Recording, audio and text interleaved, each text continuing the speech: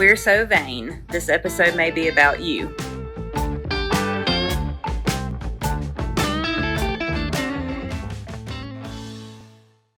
Welcome everyone to the first part of our vein education series.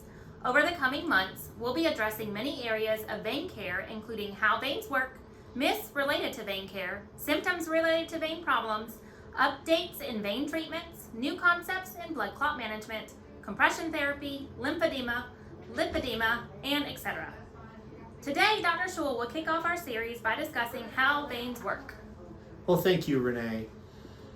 This is supposed to be a way to basically help dispel some myths and help people educate themselves through this educational tool in vein health and all there is to know about veins. Today is about how are veins supposed to function. Well, we've got miles of vein network in the lower extremity, and what we have are 50 to 150 one-way check valves. Every time your calf muscle squeezes, that valve opens up. When it relaxes, it slams shut.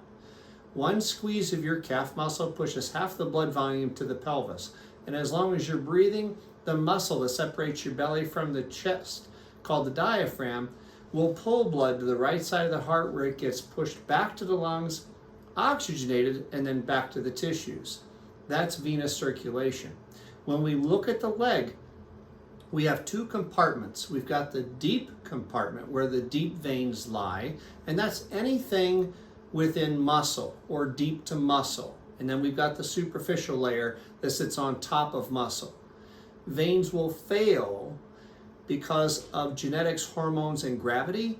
One-way check valves no longer touch as the vein dilates and backwards flow occurs. That impairs vein function and leads to symptoms of heaviness, aching, itching, throbbing, and cramping.